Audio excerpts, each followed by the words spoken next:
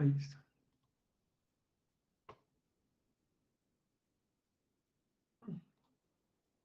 Ya tengo la PPT. Buenos días. Buenos días, Ricardo. Hola, Ángela.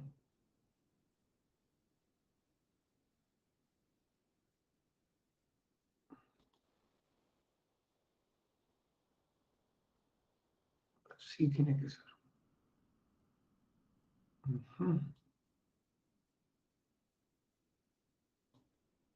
Ahí está.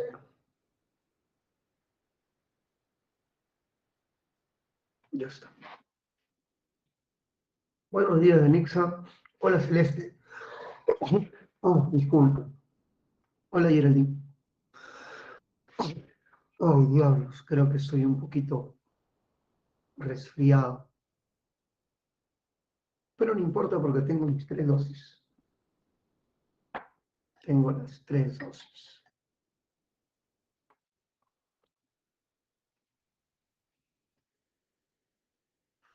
Bueno, la clase empieza a 10 y 5, hola Clarita. La clase empieza a 10 y 5, ¿eh? Chicos, ¿me escuchan bien? Pregunto, ¿se escucha todo bien? Sí. Listo, dejamos todo para empezar. Todo está listo para empezar. 10 y 5 en punto comienza la clase, ¿eh? Entonces regreso a las 10 y 5 en punto. Listos para empezar.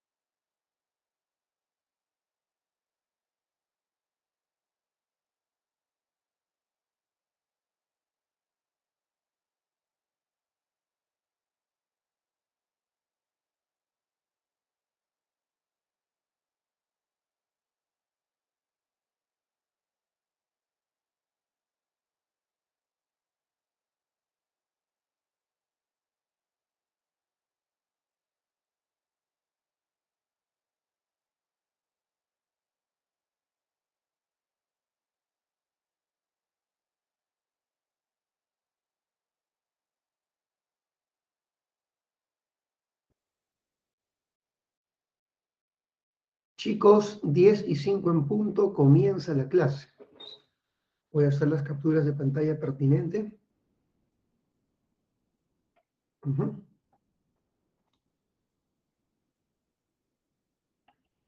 Bueno, y comenzamos. Como lo dice el título, el día de hoy hablaremos de 3 periodos del Perú antiguo. El horizonte temprano, también llamado periodo formativo, el intermedio temprano o primer desarrollo regional y el horizonte medio.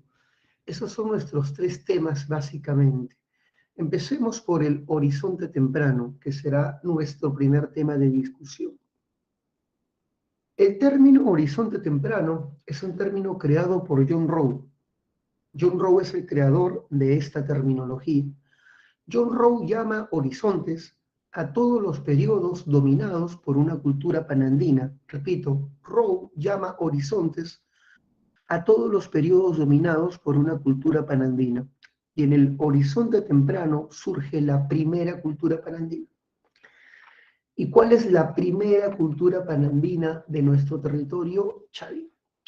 Chavín es la primera cultura panandina, fíjate por favor en el lapicito, porque su área de expansión es enorme. Chavín, que tiene su centro en Ancash, tiene un área de influencia gigantesco. Chavín se expandió y tuvo influencia desde Cajamarca hasta Ica y Ayacucho, un área de influencia enorme. Por eso se le llama cultura panandina. ¿Qué significa pan? Todo, andino Andes, que se expande por casi todos los Andes. Muy bien.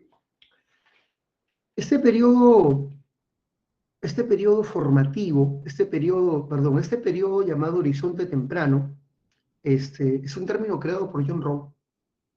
Sin embargo, Guillermo Lumbreras, un arqueólogo peruano, llama a este periodo en realidad periodo formativo. Si John Rowe llama a este periodo horizonte temprano, Guillermo Lumbreras, un arqueólogo peruano, llama a este periodo, el periodo de Chavín, lo llama periodo formativo. Entonces, si te preguntan en un examen, ¿cuándo aparece Chavín? Para John Rowe, el norteamericano, Chavín aparece en un periodo llamado el horizonte temprano. Pero para Guillermo Lumbreras, el arqueólogo peruano, Chavín aparece en un periodo que él denomina periodo formativo. Así que Chavín aparece en el periodo formativo, esa respuesta es correcta, o también puedes decir que aparece en el horizonte temprano. ¿Ya? Muy bien. ¿Cuándo comienza el periodo formativo? El periodo en el que surge Chavín. Aparece en el año 1700. Y en este año se da una nueva innovación. En los Andes surge una nueva tecnología o manifestación cultural, la cerámica.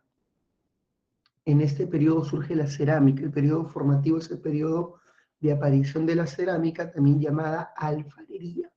Cerámica o alfarería. Y en este periodo se inicia la metalurgia en los Andes. El primer metal trabajado en el mundo andino es el oro. Los primeros objetos de metal hallados en nuestro territorio son de oro. Y surge lo que llamamos la metalurgia del oro y de la plata. La orfebrería es la metalurgia de los metales preciosos. Así que la metalurgia, la cerámica, surgen en el periodo formativo. Recordemos, este periodo comienza con la aparición de la cerámica. ¿Ya? ¿Qué otras características tiene este periodo? En este periodo, hijo mío, la teocracia como sistema de gobierno se consolida y se fortalece. En los Andes, la cultura Chavín representa precisamente eso, la consolidación, el apogeo y fortalecimiento de la teocracia. En este periodo la teocracia se fortalece, se hace más poderosa. Tú ya sabes que la teocracia aparece en el arcaico superior, pero en este periodo se consolida, se fortalece, llega a su esplendor con la cultura chavín. Acá vamos a colocar consolidación de la teocracia, que es el gobierno de los grandes sacerdotes. Acá tenemos la representación de un sacerdote chavín, con todos sus emblemas, representando a sus dioses terroríficos. En la economía, en este periodo surge la agricultura intensiva, y tú dirás, ¿qué es la agricultura intensiva? Es la agricultura tecnificada con sistemas de irrigación, es la agricultura que hace uso de canales, ¿ya? En este periodo aparecen los canales de irrigación, los acueductos, los diques, los reservorios, surgen en este periodo. El primer canal hallado en el mundo andino, nuestro canal de irrigación más antiguo, conocido hasta el momento, tiene 8 kilómetros de extensión y está en Cajamarca. Se llama el canal de Cumbemayo. El canal de Cumbemayo es el sistema hidráulico más antiguo que se conoce y está en Cajamarca. Es un canal zigzagueante que está, como mencioné, en Cajamarca y tiene más de 8 kilómetros. Ya está. Es el sistema de irrigación más antiguo hallado en el Perú. Listo. Hasta ahí, chicos. Voy a repetir lo que dije. El periodo llamado horizonte temprano también es conocido como periodo formativo. En este periodo surge la cultura chavín, que es la primera cultura panandina, por su enorme área de influencia. En este periodo, hijo mío, la teocracia con Chavín alcanza su apogeo y esplendor. En este periodo aparece la agricultura tecnificada con sistemas de irrigación, la agricultura intensiva. Y en este periodo, hijo mío, aparecen nuevas tecnologías como la cerámica y la metalurgia, la orfebrería, la metalurgia del oro y la plata. Chicos, hasta ahí vamos bien, ¿se va entendiendo? ¿Alguna pregunta? ¿Podemos seguir? ¿Hasta ahí se está comprendiendo? Verifiquen, por favor. Todo claro, dice Ashley. Muy bien, Celeste. Excelente, Camila. Muy bien, Nico. ¿Puede repetir sobre la cultura panandina, profesor? Claro que sí, hijo. Una cultura panandina es una cultura cuya área de expansión es muy extensa. Su área de influencia abarca diversas regiones. Un ejemplo, la cultura chavín surge en Ancash, pero tuvo influencia en otras regiones, como por ejemplo La Libertad y Cajamarca. Su influencia se expandió por el sur, por Lima, Ica y Ayacucho. A estas culturas de gran influencia se le conoce como culturas panandinas. Germán ha hecho una excelente pregunta. Cumbemayo es un canal de irrigación hallado en Cajamarca. Cuando fue descubierto, se pensó de que este canal era de origen chavín, pero las actuales investigaciones sostienen que este canal en realidad pertenece a una cultura pre-chavín, pertenece a la cultura Cupisnique. Gracias por tu pregunta, Germán. Cupisnique. Así que el canal de Cumbemayo, Cupisnique, fue elaborado por esta famosa cultura. Gracias. Muy bien. Horizonte cultural, Ricardo, es un periodo dominado por una cultura panandina. Si una cultura panandina domina este periodo, estamos hablando de un horizonte cultural. Y en realidad, Ricardo, hay tres horizontes culturales. El horizonte temprano pertenece a Chavín. El horizonte medio pertenece a Huari, que también es panandina. Y el horizonte tardío pertenece a los incas, que también son panandinos. Así que tenemos tres culturas panandinas y por ende tenemos tres horizontes, Ricardo.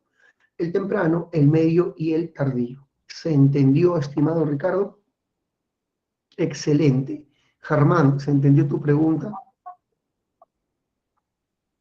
Muy bien. Kiarita, tienes tu audio prendido. Vamos a silenciar aquí. Ya está. Silenciamos a Kiarita. No se dio cuenta, Kiarita. Muy bien. Sigamos. Hablemos rápidamente de la división del periodo formativo. Esto no está en la separata, pero tú tienes que dominarlo. Está en tu separata, pero no en la PPT. El periodo formativo se divide en tres momentos. Formativo inicial. En el formativo inicial aparecen las culturas pre-Chavín. ¿Cuáles son las culturas pre-Chavín? Las culturas que precedieron al desarrollo de Chavín. Las culturas que antecedieron a Chavín. ¿Por qué son importantes las culturas pre-Chavín? Son importantes porque Chavín va a asimilar sus conocimientos y tecnologías. Sus tecnologías y conocimientos luego van a ser asimiladas por Chavín. ¿Cuáles son las culturas pre-Chavín? Tenemos a Sechín y Cupisnique. Aprende esas dos. La cultura Sechín influenció en Chavín en lo que llamamos escultura de la piedra. La cultura Sechín influenció en la litoescultura. La litoescultura Sechín, escultura en piedra, fue luego asimilada por la cultura Chavín. Y Cupisnique es famosa por tener la primera cerámica de la costa. Cupisnique es la primera cultura costeña en tener cerámica y la cultura chavín asimiló su estilo de cerámica. La cultura chavín asimiló el estilo alfarero o de cerámica Cupisnique. Esas son las culturas pre-chavín del llamado formativo inicial. ¿Se entendió, chicos? ¿Se entendió? Verifiquen eso, verifiquen eso. Después del formativo inicial viene el formativo medio. En el llamado formativo medio o formativo síntesis surge Chavín. Chavín es una cultura especial porque nació de la fusión de distintas tradiciones culturales. La cultura chavín asimiló conocimientos de las sociedades que le precedieron, asimiló la escultura sechín, asimiló la cerámica cupisnique y asimiló conocimientos de otros pueblos, y así se formó a partir de una fusión o integración de distintas tradiciones culturales. Por eso decimos que Chavín es una cultura síntesis. ¿Qué significa síntesis? Fusión de distintas tradiciones culturales. Listo, ese es el formativo medio. Sin embargo, tenemos la tercera etapa del formativo, llamado formativo final. En el formativo final aparecen las famosas culturas post-Chavín, culturas que se desarrollan después de Chavín. Acá tenemos la cultura Paracas, tenemos la cultura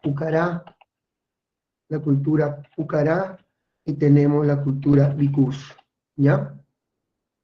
Estas culturas, Paracas, Pucarás, Vicús, también son llamadas culturas puente. ¿Qué significa culturas puente? Puente, enlace, son culturas que preparan el camino, culturas que precedieron el camino a sociedades más complejas, más avanzadas. Te voy a dar un ejemplo porque se les llama cultura puentes. Culturas transición. Paracas es una cultura que fue la transición o el puente hacia Nazca.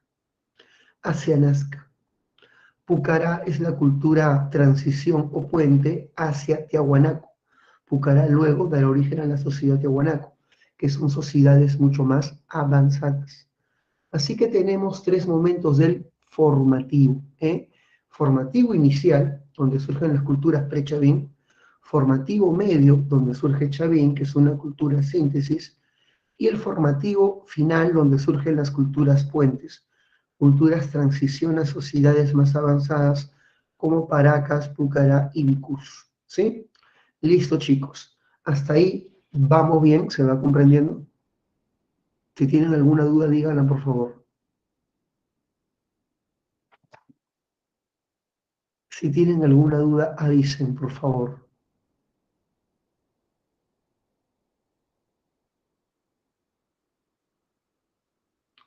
¿Todo claro, chicos? Por favor, verifiquen. Todo claro, dice Kiarita. Muy bien. ¿Cuál es la característica principal de la cultura Sechín? Bueno, voy a hablar más de Sechín a pedido de mi querida Ashley. Sechín es una cultura de Ancash que se desarrolla en la zona de Casma. Es una cultura costeña, está en la costa de Ancash. La cultura Sechín tiene un gran templo llamado Cerro Sechín y su templo está rodeado por estelas con grabados en piedra. En estas estelas, en estas estelas Sechín, que son una muestra de litoescultura, se han representado guerreros y sacerdotes y escenas de sacrificios humanos. En las estelas Sechín se han representado personas descuartizadas, cabezas cortadas, personas que le sacan la tapa de los sesos y la sangre fluye. Se han encontrado estelas con grabados de brazos cortados, incluso de un estómago extraído, de una víscera humana. O sea que esta cultura se caracterizó por enormes sacrificios y grabaron sus sacrificios en piedra. O sea, representaron esos sacrificios en imágenes en piedra. Por eso decimos que sobresale en la litoescultura. Y esta litoescultura, Sechín, va a ser importante porque fue adaptada por la cultura chalma. ¿Se entendió ahora sí, Ashley? Sí, profesor, gracias. Ok, listo. Entonces, repito, el formativo tiene tres momentos. Inicial, las culturas pre-Chavín. Formativo síntesis, donde surge Chavín. Y el formativo final, donde aparecen las culturas puente, culturas transición a sociedades más complejas como Paracas y Pucará. Paracas es la base para Nazca y Pucará para Tiahuanaco. Y está. Una vez que hemos entendido las tres etapas del formativo, ahora pasamos a Chavín propiamente dicho.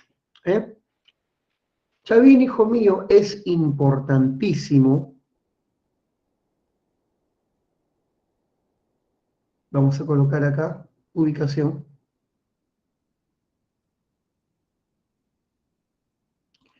Chavín es importantísimo porque, primero vamos a la ubicación. El centro de Chavín se conoce como Chavín de Huántar.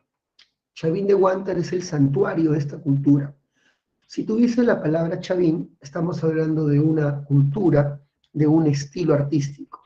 Pero cuando dices Chavín de Huántar, estás hablando del templo que se encuentra en Ancash. Chavín de Huántar es el santuario, el templo que se encuentra en Ancash. La cultura chavín se desarrolla en un famoso callejón de Ancash llamado el Callejón de Conchucos. Este Callejón de Conchucos es un territorio escarpado y de muy difícil acceso. En este callejón existen dos ríos y Chavín se encuentra en la confluencia de estos dos ríos, el río Mosna y el río Huachexa. Ahí está, Huachexa. Repito, Chavín se encuentra en una Mesopotamia, en un valle formado por dos ríos. ¿Cuáles son los ríos de Chavín? El Mosna y el Huachexa. Así que Chavín se encuentra en el departamento de Ancash, en una provincia ancachina llamada Huari. En esa provincia hay un callejón llamado Conchucos, y en ese callejón hay dos ríos, el Mosna y el Huachexa, y entre esos dos ríos se encuentra Chavín. Esa es su ubicación. Ahora, su área de influencia fue enorme. Por el norte su influencia llegó hasta Cajamarca, por el sur su influencia llegó hasta Ica y Ayacucho. Por eso es una cultura panandina. Vamos a poner acá primera cultura panandina, es Chavín. Chavín es una cultura síntesis, y ya sabes lo que es una cultura síntesis. Una cultura que nace de la fusión de distintas tradiciones. Chavín asimiló conocimientos de la cultura sechín, Chavín asimiló conocimientos de la cultura cupiznique. Chavín es una cultura síntesis, una cultura fusión, que nace de la integración de distintas tradiciones. Muy bien. Julio César Tello, descubridor de Chavín, sostuvo en la teoría autoctonista que expliqué en clases anteriores que Chavín tiene su origen en la Amazonía. Tello creía de manera equivocada que Chavín hunde su origen en el oriente amazónico y que el origen de la cultura Chavín era una tribu llamada la tribu Arawaks. Sin embargo, los estudios actuales demuestran que esta tribu amazónica no dio origen a Chavín, que Chavín nace de la síntesis de distintas tradiciones costeñas. Así que la teoría de Tello sobre el origen amazónico de Chavín es errada. Tello también creyó en su momento de que Chavín era la madre de todas las culturas, la primera civilización, y Tello la llamó la cultura matriz, o sea, la cultura madre. Se equivocó. Chavín no es la cultura matriz, al contrario, se formó de otras sociedades precedentes. Chavín es síntesis, no matriz.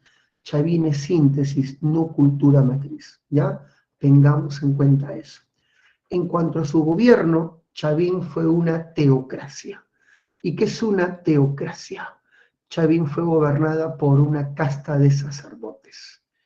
Yo te conté en clases anteriores que los sacerdotes andinos son especialistas en astronomía. Ellos son expertos creando el calendario agrícola. Su misión es esa, la creación del calendario agrícola, prediciendo ciclos climáticos. Los sacerdotes Chavín eran tan buenos astrónomos que podían predecir con precisión épocas de lluvia, épocas de sequía, e incluso podían anticipar algunos desastres naturales como el fenómeno El Niño, lo que le dio tremendo prestigio, convirtiendo a Chavín en el principal oráculo andino. ¿Qué es un oráculo? Es un sitio sagrado al que se acude para consultar a los dioses sobre eventos del futuro.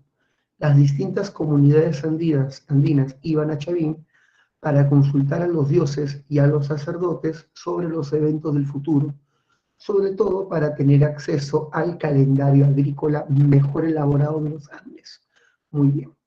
Lo que le dio a sus sacerdotes un prestigio enorme, y Chavín se convierte en el principal centro de peregrinación del mundo andino.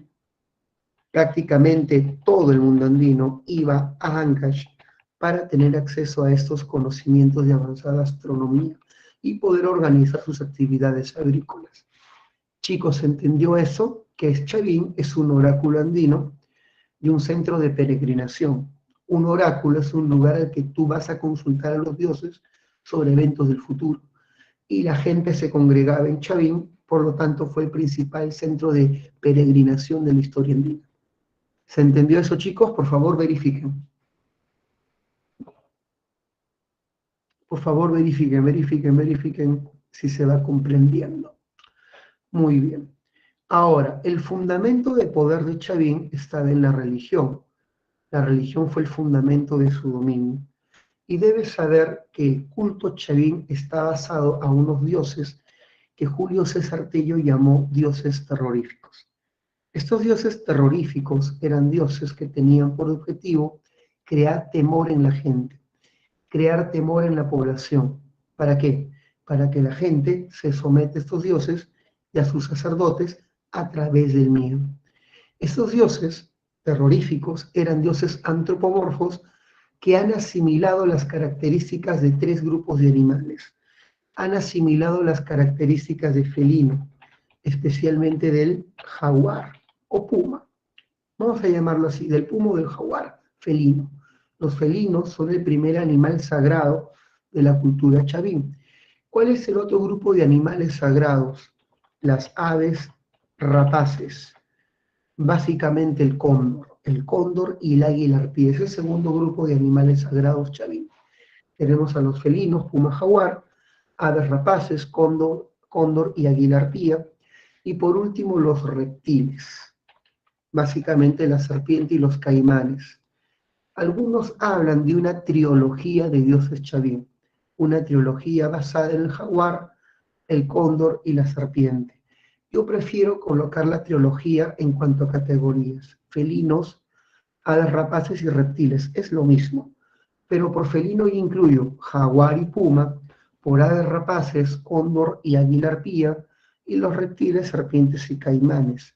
Esa es la trilogía de animales sagrados chavín.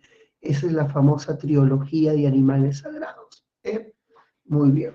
Lo puedes decir de manera más sencilla. Jaguar, cóndor y serpiente. Son la trilogía de animales sagrados chavín.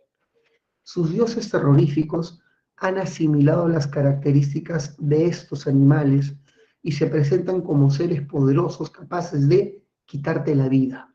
Deben ser dioses que tengan características de animal predador para que generen temor.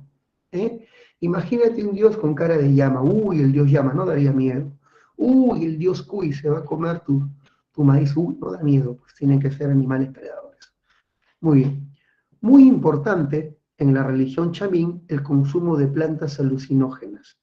Ellos consumían un tipo especial de planta llamada el cactus de San Pedro. El cactus de San Pedro es un cactus que se hierve hasta extraer un líquido llamado mescalina. El líquido mescalina es un líquido que se bebe, intensifica tus sentidos, tus ojos los dilata, y una vez cuando ingresas a un estado de conciencia alterada, tienes la capacidad de conectarte con el mundo espiritual. O sea, estás drogado. Se drogaban con el cactus de San Pedro y cuando estaban bien quemados, comenzaban a tener visiones y pensaban que ingresaban al mundo de los espíritus. Así que mucho consumo de planta alucinógena para que los chamanes tengan sus visiones con el llamado mundo espiritual, pero en realidad estaban bien drogados. Muy bien. Ahora pasamos al templo de la cultura chavín. Su templo, como ya te llamé, como ya te conté, se llama el Santuario Chavín de Huántar. Otra vez, al templo se le llama el Santuario de Chavín de Huántar. ¿Ya?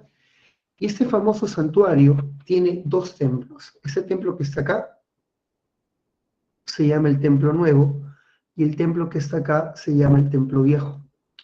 Todo el templo tiene la forma de una U. Por si acaso, los templos chavín tienen forma de U, Y debes saber que el famoso Templo Nuevo también es llamado el Templo del Portal, porque está vinculado a una famosa portada. Esta es la portada más famosa de la cultura chavín. Se llama Portada Falcónida. Vamos a escribir. Portada Falcónida. La portada falcónida, chicos, es una portada que se llama así porque en una de sus columnas tiene representaciones de aves rapaces y halcones. La palabra falcón significa halcón, por su representación de aves rapaces. En una columna tenemos un ave rapaz macho, en otra columna un ave rapaz hembra. Por lo tanto, en el mundo chavín había una representación de lo masculino y lo femenino, siempre una división de opuestos y complementarios. A ese principio se le llama la dualidad. La portada falcónida, con sus representaciones de aves rapaces macho y hembra, representa la dualidad, la división del mundo en opuestos y complementarios. Sería una buena pregunta de eco, una buena pregunta de eco. El otro templo, bueno, este es el templo nuevo, también llamado templo del portal, porque se encuentra en la portada falcónida. Y el otro templo, el que está acá, se llama el templo viejo, también llamado templo del lanzón, porque en ese templo se encuentra el lanzón monolítico. Esta famosa escultura se llama así porque tiene la forma de una punta de lanza. Una parte de la punta está clavado bajo tierra y la otra parte está asociada a una apertura hacia el techo. Cuando nosotros vemos qué personaje está representado, no lo tenemos. Cuando nosotros vemos qué personaje está representado en el lanzón, que es el objeto más venerado de todo el templo, es un personaje que tiene características humanas, cabellos de serpiente, boca felínica, sus manos acaban en garras, su piel está lleno de escamas, y con una mano señala al cielo y con otra señala a la tierra. Es un ser mitológico que conecta el cielo y la tierra. Por lo tanto, ¿qué principio andino estaría detrás de esto? La dualidad otra vez. Es el objeto más venerado del templo. Debes saber que aparte del templo nuevo y el templo viejo, tenemos las famosas plazas, la plaza rectangular hundida y la plaza circular. En la plaza rectangular se hacían las grandes ceremonias públicas y se recibía la mayoría de peregrinos, pero en la plaza chiquita, la plaza circular, solamente ingresaban los jefes de las comunidades, y a estos jefes se los drogaba bien con distintas plantas para que ingresen al templo. Una vez ingresando al templo tenías que recorrer corredores muy estrechos y oscuros, conocidas como las galerías internas, las galerías internas. Vamos a escribir las galerías internas. Estas galerías subterráneas estaban construidas en forma de un laberinto. La persona que ingresaba bajo efectos de plantas alucinógenas pensaba que estaba descendiendo al inframundo, y el objetivo final era sortear el laberinto hasta llegar a la cámara de Lanzón, donde estaba el oráculo, el sacerdote supremo. Ahí hacías tu pregunta sobre el futuro y el oráculo te respondía. Como la persona estaba drogada, pensaba que estaba delante de un dios, y es más, el oráculo escondido desde la parte superior echaba sangre sobre la escultura y ésta se acumulaba en la boca del felino.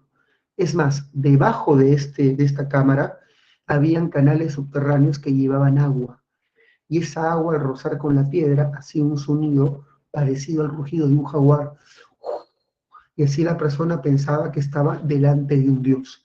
Así que el templo de Chavín estaba montado para crear un espectáculo y hacer que las personas que ingresen vivan una experiencia sobrenatural. ¿Se entendió, chicos? ¿Se entendió? ¿Vamos bien hasta ahí? Excelente. Muy bien. Gracias Camila, gracias Helen, gracias Erika, gracias Kiara. Otra característica, si te preguntan cuál fue el arte más destacado de Chavín, fue la litoescultura. Chavín sobresale en litoescultura, ese es su arte más destacado. Hemos hablado del lanzón, hemos hablado de la portada falcónida, ahora hablemos de las cabezas clavas. Las cabezas clavas se encuentran en la fachada externa del templo nuevo. Las cabezas clavas están en el templo nuevo y las cabezas representan a los sacerdotes convirtiéndose, transformándose en un ser mitológico parecido a un jaguar. Si te das cuenta, este sacerdote tiene los ojos dilatados, producto del consumo del cactus de San Pedro. Hay algunas cabezas clavas que muestran la nariz irritada y botando mucho moco. ¿Por qué? Porque muchas de estas drogas se consumían por la nariz. El yopo, que se hace con unas habas, se chanca y se consume por la nariz. Pero esto es muy fuerte, te irrita la nariz y te quema todas las fosas nasales y el resultado es segregación de moco y sangre. Por eso es que muchas cabezas clavas representan estas narices botando sangre y moco. Son los sacerdotes en sus estados de transformación en un ser mitológico. Por otro lado, existe un objeto muy venerado llamado la estela de Raimondi. Esta famosa estela representa a uno de los dioses más famosos del mundo andino. Este dios que está acá se llama dios de los báculos, también llamado dios de las varas. Según algunas teorías, es una forma de representación temprana, del dios Huiracocha. Algunos creen que esta es la forma primigenia, original, en la que se veía el dios Huiracocha. Este personaje es un personaje que tiene dos báculos, se cree que son dos cactus de San Pedro, tiene un tocado y su tocado se extiende bastante. Este personaje representa un ser anverso y reverso. Yo te invito a que te fijes en esta parte. Fíjate solamente en esta parte que estoy marcando. Fíjate aquí. Puedes ver la cara del caimán. Acá están sus ojos, su nariz y sus fauces. ¿Te diste cuenta? ¿Lo viste? ¿Lo viste? Ya. Ahora mira esta. Fíjate solamente aquí. Ahí tienes la cara de un felino de cabeza. Sus ojos, sus narices y sus fauces. Pero está volteado de cabeza. Entonces representa un ser anverso y reverso. Un ser que está derecho y volteado a la vez. Otra vez, ¿qué principio andino estaría detrás de esto? A ver, escriban. ¿Qué principio andino está representado en la estela de Raimondi? ¿Ustedes qué responderían? ¿Qué escribirían? Vamos, vamos. Yo sé que puede. La respuesta sería la dualidad. Porque otra vez, muy bien, Linoer, otra vez, ¿no? La oposición de opuestos y complementarios. Por último, la cerámica Chavín, hijo mío, es una cerámica que se caracteriza por este muy especial tipo de asa. Esta asa en forma de arco que conecta pico y cuerpo se llama estribo. No olvidar, si ves un asa en forma de arco que conecta pico y cuerpo se llama asa estribo. Si tú ves este pico muy grueso se llama gollete. Gollete. Este es el asa estribo. La base es plana, el cuerpo es globular. Y la decoración son con personajes Chavín. Obviamente personajes vinculados al mundo felino, reptiliano y de las aves rapaces. Ya está. Básicamente es una cerámica monócroma, un solo color. Hay distintos colores, marrón, ocre, pero el color predominante es el negro. Ya está. Con eso hemos entendido acerca de la cultura Chavín y pasaríamos a la cultura Paracas. Chicos, ¿alguna duda con Chavín? ¿Alguna duda con Chavín? ¿Alguna duda con Chavín?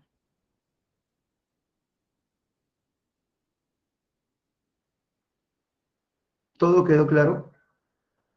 Ah, Germán, se ha encontrado en una galería Chavín huesos de humanos cortados, quemados y masticados. Y todo indica que los sacerdotes Chavín en algunas ceremonias ingerían carne humana, no por hambre, porque eran hombres de la élite. Ellos tenían acceso a diversos recursos porque controlaban las rutas de comercio. Tenían muchos objetos de prestigio, pero en un extraño ritual todo parece indicar que sí consumían carne humana, por un ritual muy particular. Buena tu pregunta, buena tu pregunta. Se me olvidó algo. ¿Cómo se expandió Chavín si no tuvo ejército? Fue una expansión del tipo religiosa. Su religión tuvo tanta influencia y sus oráculos y sacerdotes eran tan prestigiosos que su culto fue adaptado por todo el mundo andino. Fue la población y las comunidades de manera voluntaria que asimilaron los dioses Chavín y comenzaron a imitar su arte. Y así se propagó el estilo Chavín por los Andes, sin necesidad de conquista. Así que Chavín tuvo influencia, pero no dominio. No conquistó, únicamente tuvo impacto sobre otras regiones. Así que la expansión Chavín fue una expansión religiosa, por medios no violentos. Lo que se propagó de Chavín fue su religión y su arte, no su estado. Chavín no conquistó otros territorios y lo asimiló a su gobierno, no, se propagó su fe, su religión. Ahora sí, chicos, ¿todo claro? ¿Puedo pasar a Paracas? Gracias, Linor. El obelisco Tello no está acá representado, pero el obelisco Tello se encontró aquí, mira, Linor. El obelisco Tello estaba clavado acá, en la plaza circular un día. El obelisco Tello es un monolito que representan dos caimanes estilizados, un caimán macho y un caimán hembra. El caimán macho sobre la hembra, e incluso el caimán macho tiene una representación simbólica de su falo, o sea, su genital eyaculando sobre la hembra. Representan a dos caimanes en coito, ¿ya? Macho y hembra, otra vez que principio, la dualidad. Listo. Gracias, Lino. Gracias por tu aclaración. Listo. Ahora pasamos a Paracas, chicos. Atención. Atención. ¿Bien hasta ahí? ¿Todo bien hasta ahí, no? Pregunto, ¿algo más?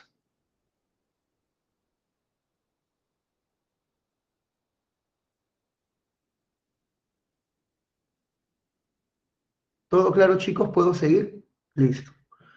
La cultura Paracas también es del periodo formativo, pero aparece en el formativo final. La cultura Paracas se desarrolla en la costa sur del Perú, básicamente departamento de Ica. Cuando yo hablo de Paracas, o mejor dicho, cuando hablo de la costa sur, hablo de un territorio desértico, un desierto muy extendido, es la zona más desértica de nuestro país. La cultura Paracas es una cultura desarrollada en un entorno desértico, recuerda eso, ¿eh? Salpicada por algunos valles, por algunos ríos. Debes saber que esta cultura se formó a partir de dos influencias. La cultura Paracas recibió influencia de dos culturas, influencia de Chavín e influencia de la cultura Cupisnique. Y vamos a ver muchos diseños de la cultura Chavín y Cupisnique en la cerámica y en la textilería Paracas. Es más, la cultura Paracas construyó templos zenú replicando el estilo Chavín. La cultura Paracas comenzó a diseñar o a colocar en su cerámica a muchos felinos, y este es un símbolo distintivo del arte Chavín. Así que en Paracas hay mucha influencia de Chavín y de Cupisnique. Se formó a partir de la influencia Chavín y Cupisnique. El descubridor de Paracas se llama Julio César Tello, que es el mismo descubridor de Chavín, y Tello consideró que la cultura, o Tello descubrió en 1923 un tipo especial de tumba. Hay una famosa tumba Paracas. ¿Saben qué, chicos? Me gustaría utilizar la separata. Pero bueno, ya lo voy a dibujar acá. Las primeras tumbas Paracas son tumbas que tienen esta forma. Mira. Son tumbas que tienen esta forma. Seguramente la han visto. Este es el territorio, acá están los cerritos, se construyó esta antesala, había una especie de ducto con algunas piedras colocadas como escalinatas, y acá tenemos la cámara sepulcral, y en la cámara sepulcral un montón de momias envueltas en mandos, los famosos fardos funerarios. A ese tipo de tumba que tiene la forma de una botella de boca ancha se le llama Paracas cavernas. Algunos dicen que la tumba tiene la forma de una copa invertida, de una copa volteada. Algunos dicen que la tumba tiene forma uterina, esa es la teoría más loca. Uterino, o sea, tiene forma de útero. Y según algunos expertos, estas tumbas representan el útero de la Pachamama, donde se dejaba a los muertos envueltos en capas en forma de semillas, para que germinen bajo tierra y renazcan en forma de ancestros. Las famosas tumbas uterinas, muy interesante. Muy bien, a este estilo funerario se le llama Paracas cavernas, Paracas cavernas. Pero con el tiempo se descubrió otro tipo de tumbas, vamos a dibujarla acá. Se descubrió otro tipo de tumbas semisubterráneas completamente rectangulares. Estas tumbas fueron construidas sobre antiguas casas o poblados abandonados. Las antiguas casas de las etapas más antiguas fueron abandonadas y estas casas fueron convertidas en cementerios. Estas famosas tumbas rectangulares semisubterráneas, construidas sobre antiguos pueblos abandonados, se conoce como la fase necrópolis. ¿Qué significa necrópolis? Ciudad de los muertos, porque son pueblos convertidos en cementerios. Las antiguas casas ahora son nichos donde habitan distintas momias envueltas en fardos. Este es el segundo estilo funerario, tumbas semi-subterráneas, rectangulares, construidas sobre pueblos abandonados, es la etapa necrópolis. Muy bien. Entonces, si te preguntan en tu examen, las famosas fases Paracas, cavernas y necrópolis se basan sobre todo ¿qué? En el estilo funerario. Son fases creadas a partir del estilo de cementerios y de enterramientos, son fases funerarias. No te olvides, cavernas y necrópolis son términos creados a partir de las tumbas, fases funerarias. Ahora hablemos de la cerámica. La cerámica Paracas asociada a cavernas, la cerámica Paracas cavernas, es una cerámica polícroma, como puedes darte cuenta, una combinación de diversos colores, y los colores son muy claros, Es una cerámica que tiene dos picos, y ese tipo de asa, por favor, identifícala, este tipo de asa se llama asapuente. Si tienes un asa que conecta dos picos, se llama asapuente, muy distinta del asa estribo. El asa estribo estaba acá, mira. El asa estribo conecta cuerpo con pico y permite que el líquido discurra. Por acá sale el líquido. Pero el asa puente no permite discurrir el líquido, ¿ya? El asa puente, por aquí no corre el líquido. Simplemente es un soporte o un asidero para coger este tipo de vasija.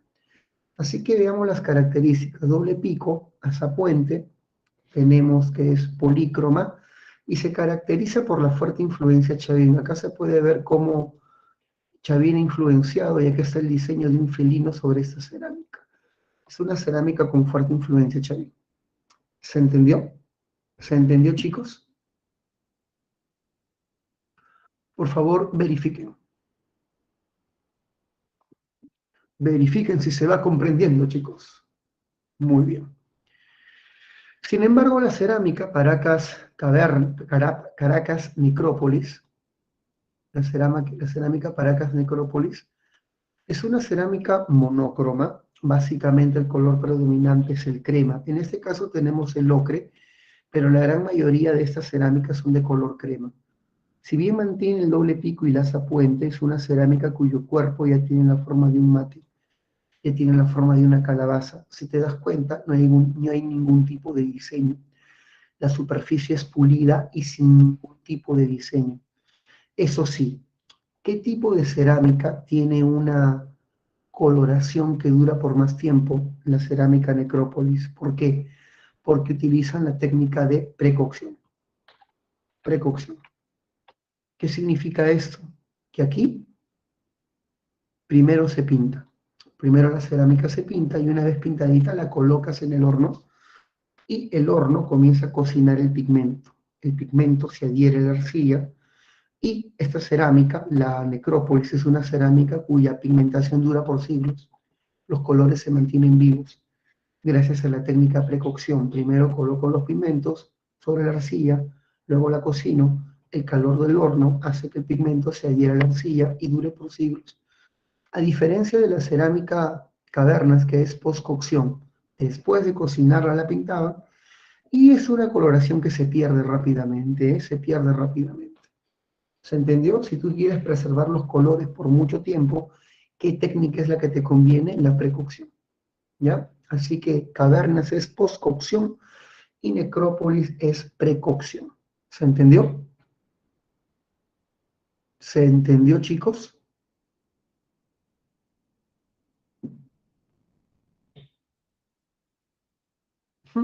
Muy bien.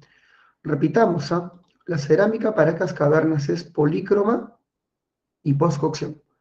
La cerámica Paracas necrópolis es monócroma y precocción. Si te preguntan cuál de estas dos técnicas permite que los colores se mantengan por siglos, ¿tú qué responderías?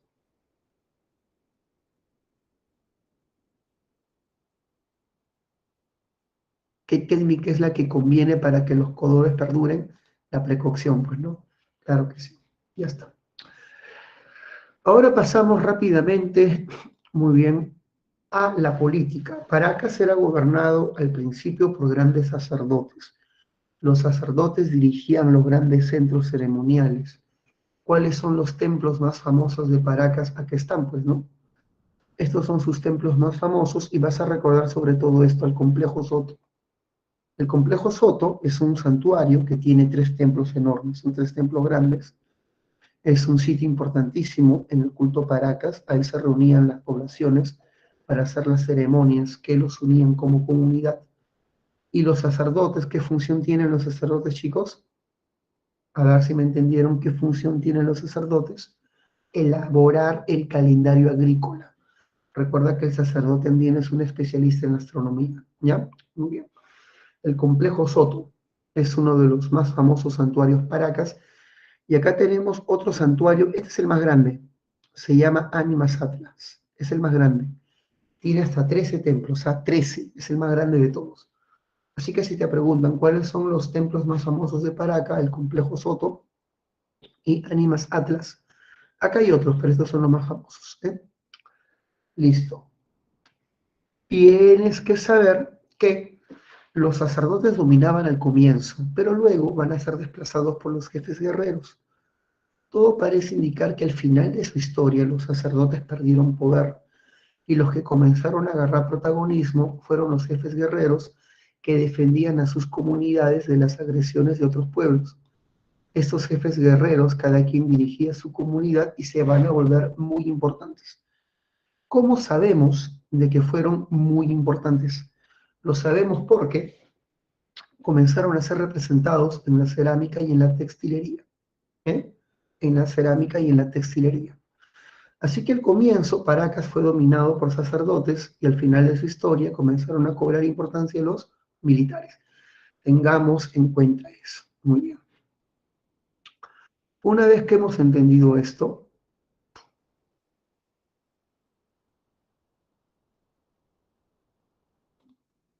pasamos a las divinidades. Hasta ahí se entendió todo, ¿no, chicos? ¿Está claro? Hasta ahí todo está claro.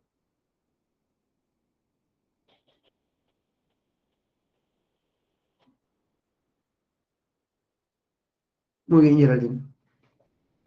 Excelente, Sofía. Los dioses Paracas son dioses con influencia chavín, básicamente.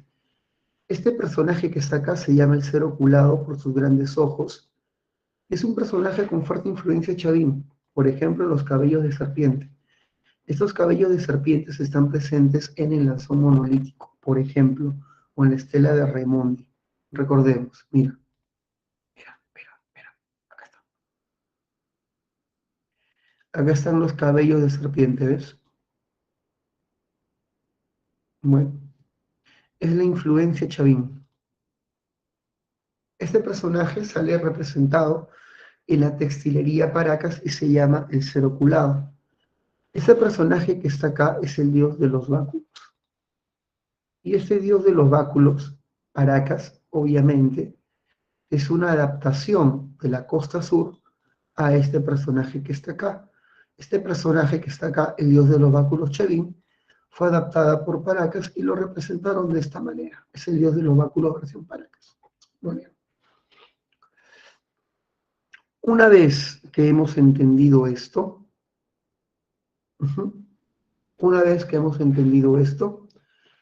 pasamos a lo que viene a ser la textilería.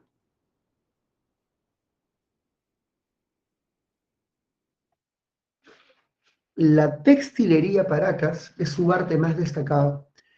Si el arte más destacado de Chavín es la litoscultura, el arte más destacado de Paracas es la textilería, es la más fina del mundo prehispánico. Se especializaron en la elaboración de mantos funerarios. A las momias, a los ancestros, se los envolvía en distintas capas con ofrendas con ofrendas internas.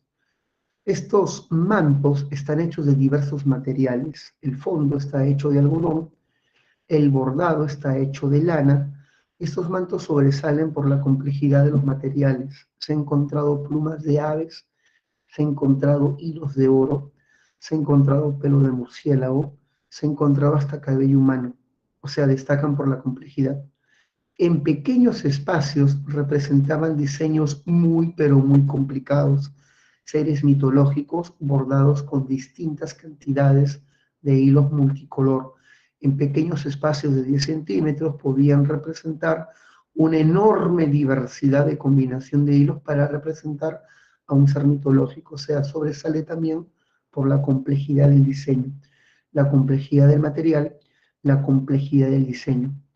Algunos autores han encontrado símbolos geométricos en los textiles paracas. Estos símbolos geométricos se encuentran encasillados en rectángulos y según algunas teorías, estos símbolos geométricos representan algunas ideas. Es una forma de escritura perdida. Esta teoría sostiene que estos símbolos geométricos llamados tocapus, los tocapus son símbolos geométricos que posiblemente tienen significado y que sería alguna forma de escritura ideográfica, donde cada signo geométrico representa una idea. Es una propuesta, es una teoría que la cultura paracas desarrolló una forma de escritura ideográfica en los símbolos geométricos presente su textilería, y estos símbolos geométricos se llaman tocapos, ¿ya? Tocapos. Muy bien, listo. Listo, hijo mío, ahí tenemos la textilería Paracas, que es la más bella del mundo andino. Ahora pasamos rápidamente a una costumbre o tradición de ellos, la deformación craneana. La deformación craneana se hacía con diversos instrumentos, en este caso con estas ligas, con estas cintas llamados yautos. Estas trepanaciones craneanas, perdón, estas deformaciones se hacían cuando el individuo todavía era muy pequeño, un infante, cuando todavía el hueso del cráneo está soldado. Y terminaban con distintos estilos de deformación. Este estilo de deformación se llama estilo cabeza larga, donde la zona occipital y frontal son presionadas y toda esta parte se eleva. ¿Para qué? Según los especialistas, las momias que tienen los mejores textiles, los más finos, y la que tiene la mayor cantidad de ofrendas, son los que tienen los cráneos deformados. Por lo tanto, los cráneos deformados serían un indicador de distinción social, un indicador de prestigio o de pertenecer a una comunidad o un linaje aristocrático. En otras palabras, estas deformaciones eran un símbolo visible de la identidad de ciertos grupos de los nobles, un símbolo visible de la identidad de ciertos grupos o linajes que se deformaban la cabeza para diferenciarse de otras comunidades de menos prestigio, o sea, un símbolo de distinción social. ¿Sí? Muy bien. Por otro lado, pasamos a la trepanación. La trepanación sí es una actividad médica. La trepanación sí es una actividad médica. La trepanación craneana, hijo mío, es una intervención quirúrgica. Una intervención quirúrgica que implica la extracción de parte del cráneo. En el mundo paraca se utilizaba la trepanación para tratar lesiones de guerra. Este golpe, hecho posiblemente con una macana, ¡plum!, lo rompía en esta parte del cráneo, te dejaba pues el hueso necrótico y te salían tumores. El individuo corría riesgos de muerte, así que procedían a extraer esa parte del cráneo lacerada. Primero te alcoholizaban con chicha, y cuando estaba recontra así alcoholizado, se procedía a hacer el corte con una hachita de cobre. Una hacha de cobre se procedía a cortar la parte del cuero cabelludo y ésta se levantaba. ¿Cómo controlabas la hemorragia? Con algodones y gasas se controlaba la hemorragia y luego se procedía a cerrar y cortar el hueso. El problema es de que el cobre no tiene filo y no sirve para cortar el hueso, así que utilizaban un tipo de cincel con una piedra volcánica llamada la obsidiana. La obsidiana es un tipo de cincel, es un tipo de piedra volcánica, parece un vidrio de color verde. Con eso se procedía a excortar esta parte del cráneo, haciendo cortes rectos y perpendiculares. Hay otras técnicas donde se te raspa el cráneo hasta que las paredes se van desgastando. Y otra técnica donde con obsidiana muy delgadita se comenzaba a hacer pequeños hoyos alrededor, la técnica del barrenado. Existen diversas técnicas para extraerte el cráneo. Luego con una palanca hecha con hueso de cachalote, ¡plop!, te sacaban esa tapa y se procedía a suturar y a cerrar esto. Se te colocaba tu cuero cabelludo y se le colocaban espinas para coser la herida. ¿Las personas han supervivido a estas intervenciones quirúrgicas? Todo parece indicar que sí. Se han encontrado cráneos que han desarrollado callosidad, es decir, regeneración del hueso. Y solamente eso es posible si la persona ha supervivido por lo menos 8 semanas. Si ha supervivido 8 semanas, el hueso comienza a regenerarse y se han encontrado cráneos con heridas completamente cerradas por esta callosidad. Son las famosas intervenciones quirúrgicas de alto riesgo llamadas trepanaciones craneanas. ¿Se entendió, chicos?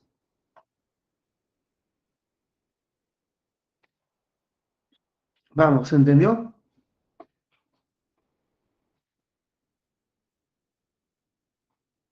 Verifiquen, chicos, si están comprendiendo.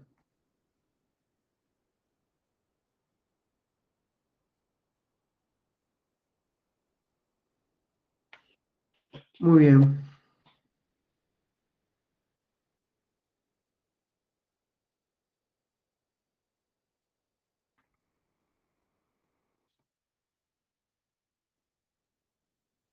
Ah, son estas cintas. Son estas cintas.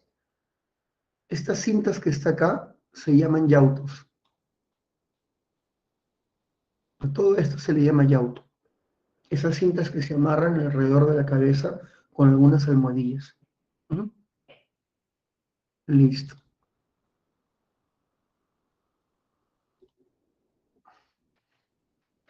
Ya. Listo, chicos. Ahora, para la siguiente parte de la clase, me gustaría contar con otra imagen. Así que por un momento dejo de compartir pantalla. Y vamos a utilizar nuestra separata, nuestro boletín, que tiene una imagen muy bonita. A ver, utilizo el boletín. Ya está. Ya está. Vamos a compartir el boletín.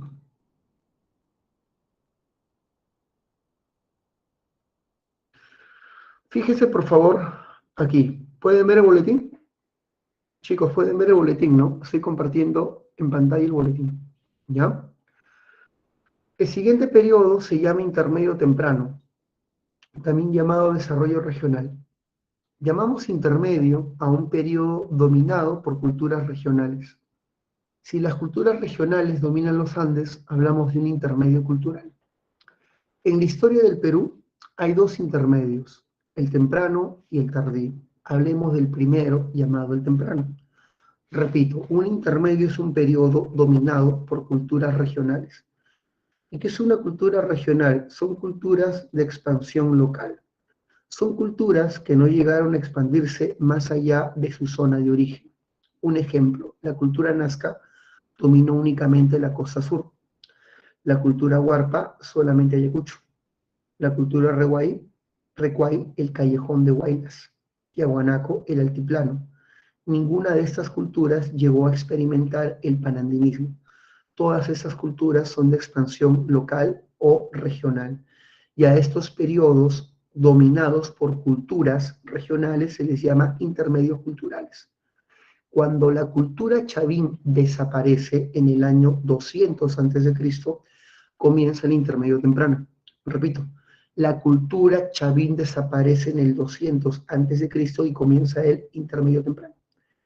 Este periodo también es llamado primer desarrollo regional por la regionalización que experimenta los Andes. Los Andes se van a dividir en diversos estados autónomos y cada estado va a tener su propia identidad y estilo artístico diferenciado. Chicos, hasta ahí están viendo la separata, ¿no? A ver, los voy a leer. Los voy a leer. Se puede ver la separata que estoy compartiendo, ¿no, chicos? ¿O no? Sí se ve. Muy bien. Necesitaba ese mapa para explicarlo. Vuelvo a la separata.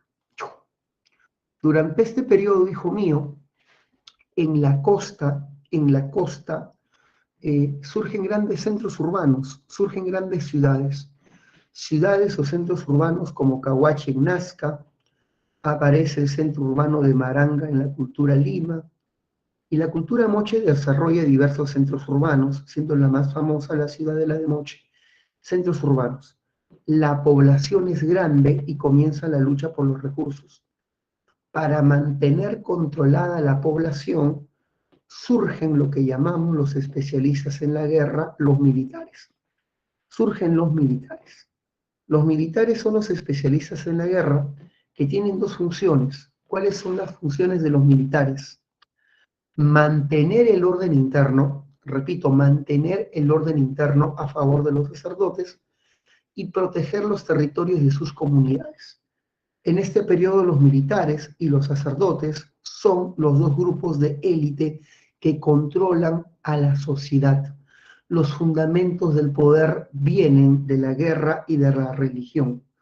Así que surge lo que llamamos teocracia militar. En este periodo se da el desarrollo pleno de la teocracia militar.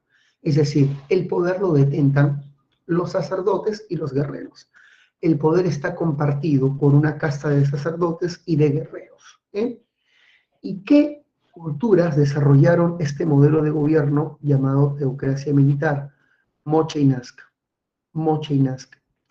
En este periodo, llamado intermedio temprano, en la costa, como la población era grande y se necesitaba mantener a más gente, se van a crear grandes obras de irrigación. Obras de irrigación que permitan ganarle tierra al desierto y desarrollar una agricultura extensiva. La cultura moche hace grandes obras de irrigación, canales, acueductos y reservorios. La cultura nazca también tiene grandes obras de irrigación, creando incluso canales subterráneos. Y en este periodo, como ya mencioné, se hacen las grandes obras de irrigación, las grandes obras hidráulicas, pero en la costa, Muy bien. En este periodo surge la mejor cerámica del mundo andino. A este periodo se le llama el periodo de los grandes maestros alfareros, porque surgen las cerámicas más finas del mundo andino. ¿Cuáles son esas cerámicas? En el plano escultórico, donde lo más importante es la forma, sobresale la cerámica Moche. Moche tiene la mejor cerámica escultórica, donde lo que importa es la forma de la cerámica. Y Nazca es la mejor, pero en el plano pictórico. En el mundo Nazca, lo más importante de la cerámica es la policromía. La combinación de colores. Así que Moche es la cerámica más importante en el plano escultórico y Nazca es la cerámica más importante en el plano pictórico. Muy bien. Una vez que hemos hablado de esta teoría, ya puedo pasar a lo que viene a ser la PPT. Volvamos a la PPT. A ver, volvemos aquí. Y PPT. Muy bien. Chicos, entonces esa fue la teoría de lo que llamamos primer desarrollo regional o intermedio temprano. Vamos a repetir. ¿Qué pasa con los Andes? Se dividen en culturas de expansión local. Moche, Nazca, Lima, Recoay, Cajamarca, Huarpe y Tiahuanaco. Todas esas son culturas regionales de expansión local e intermedio temprano. Ahora, en la costa se realizan las grandes obras de ingeniería hidráulica. Canales, acueductos, reservorios y canales subterráneos. En la costa surge la teocracia militar, donde el poder está compartido por sacerdotes y jefes guerreros. ¿Cuál es la función de los jefes guerreros? Ya lo mencioné, mantener el orden interno a favor de los sacerdotes y defender las fronteras del ataque de otras comunidades. Son los especialistas de la guerra. Muy bien. ¿Y qué culturas desarrollaron la teocracia militar? Básicamente dos, Moche y Nazca. Moche y Nazca. Muy bien. Una vez que hemos entendido esto, ahora pasamos a hablar de la cultura nazca. Hablemos de Nazca. Muy bien. La cultura nazca, hijo mío, se desarrolla en la costa sur, ese territorio desértico. La cultura nazca ocupó diversos valles, pero el valle que más ocupó fue este, Esta cuenca fue la cuenca donde se concentra la mayor ocupación nazquense. Esta cuenca está formada por la confluencia de diversos ríos y esta cuenca se le llama la cuenca del Río Grande. Así que Nazca se desarrolla costa sur y la mayor cantidad de asentamientos está en la cuenca del Río Grande. Vas a decir costa sur, Ica, Río Grande. Es en esta cuenca del Río Grande donde se han encontrado diversos asentamientos nazcas, siendo el más importante Cahuachi. Cahuachi es el centro ceremonial nazca más imponente, con grandes edificios piramidales, grandes plazas públicas, grandes zonas residenciales, cementerios y talleres de producción artesanal. Vamos a escribir. Acá está, hijo mío, una de las grandes pirámides de Cahuachi. Muy bien. Cahuachi fue, por así decirlo, el centro político y administrativo más grande. No estoy usando la palabra capital, porque hoy en día los actuales estudios consideran de que Nazca no fue un estado centralista, estaba dividida en pequeñas jefaturas autónomas, cada jefatura dominaba su propio valle. Así que todo parece indicar que Cahuachi fue el centro político y administrativo más importante. No estoy utilizando la palabra capital, porque hoy en día los arqueólogos no quieren utilizar esa palabra para Nazca. Cahuachi fue el centro político y administrativo más importante y lo fue hasta el año 300. Pero algo ocurrió en el año 300. Parece que los sacerdotes perdieron prestigio. Parece que ya no podían predecir bien los ciclos climáticos y no pudieron predecir brutales sequías y trastornos, lo que les hizo perder importancia y la gente dejó de brindarle obediencia. Cahuachi fue abandonada, sus centros ceremoniales fueron abandonados, sus zonas residenciales van a ser también dejadas de lado, y dejó de ser un centro político y se convirtió en un gigantesco cementerio. La gente convirtió a Cahuachi en un cementerio, y la gente se fue a otro centro ceremonial que se convirtió en el nuevo eje del poder, Estaquería. Estaquería se convirtió en el nuevo eje del poder nazca hasta la invasión Wari del año 600. Así que podríamos decir que la cultura nazca tuvo dos grandes centros del poder. Al comienzo fue Cahuachi y después del abandono de esta, Estaquería. Y Estaquería fue el centro del poder hasta la invasión Wari. Muy bien. Debes saber que el mundo nazca era gobernada por una teocracia militar. Ya sabes lo que hacen los sacerdotes, el calendario agrícola, ya sabes lo que hacen los militares, mantienen el orden interno a favor de los sacerdotes. Y estos militares nazcas tenían una rara costumbre. La costumbre de estos militares eran las cabezas trofeo.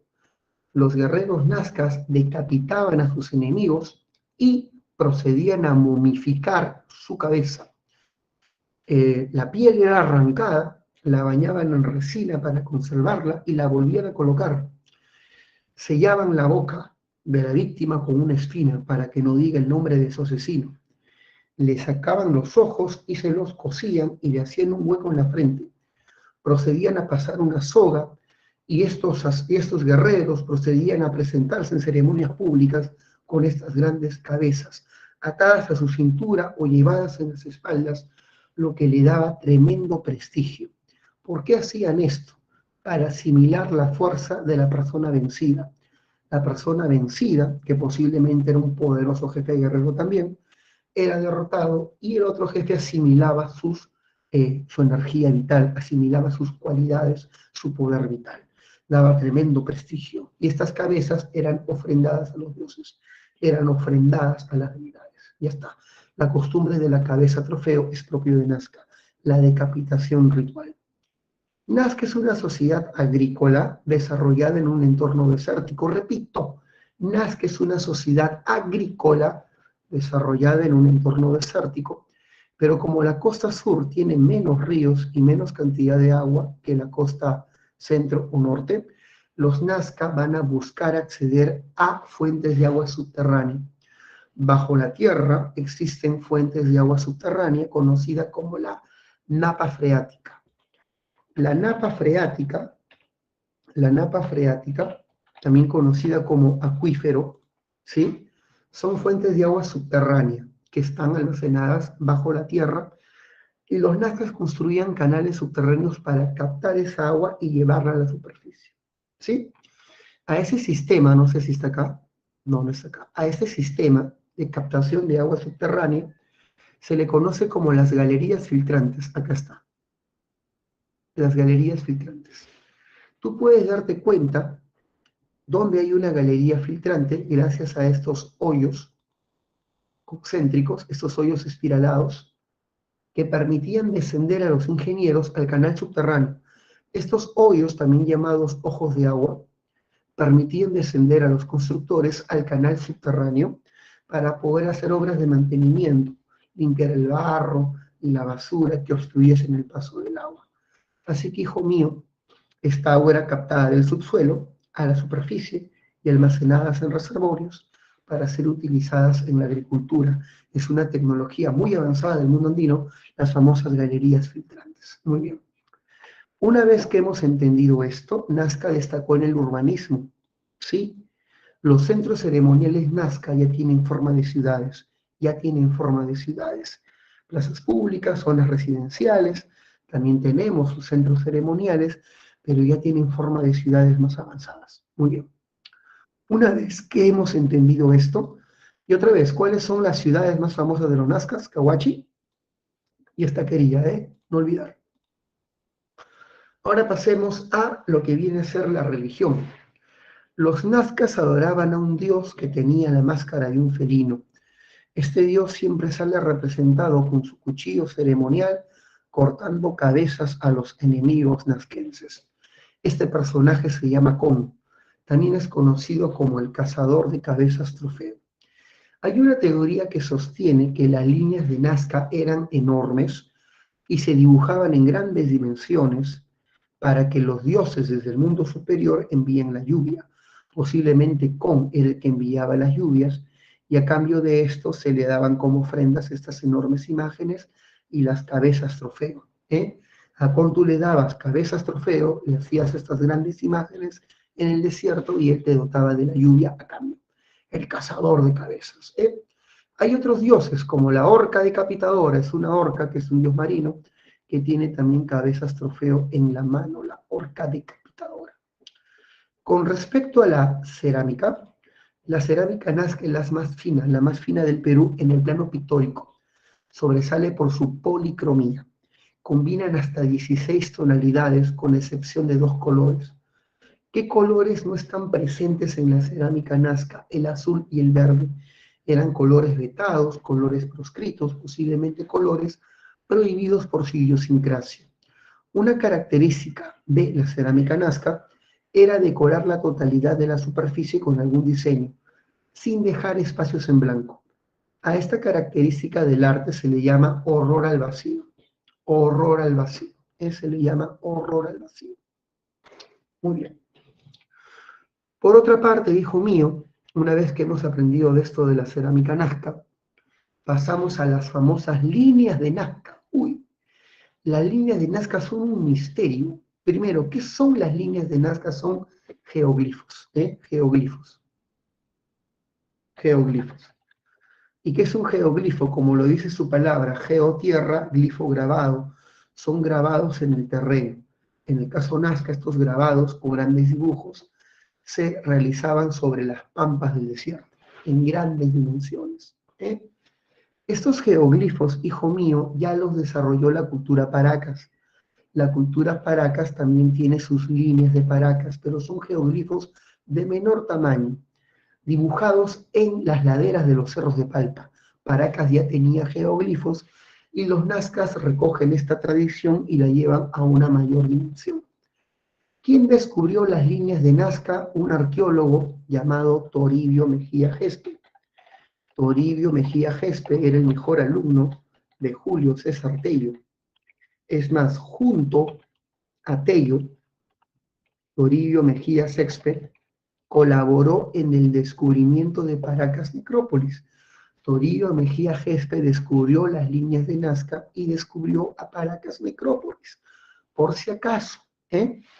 Y debes saber que Gespe no observó estas imágenes que están acá. Esas imágenes que están acá solamente se pueden ver volando la zona con una avioneta, solamente se puede ver desde cierta altura. ¿Eh? Él no encontró eso. Lo que encontró Mejía Gespe, es básicamente cientos de líneas rectas que atravesaban el desierto a través de kilómetros. El 90% de las líneas de Nazca son esas líneas rectas. Un 90% son líneas rectas y figuras geométricas.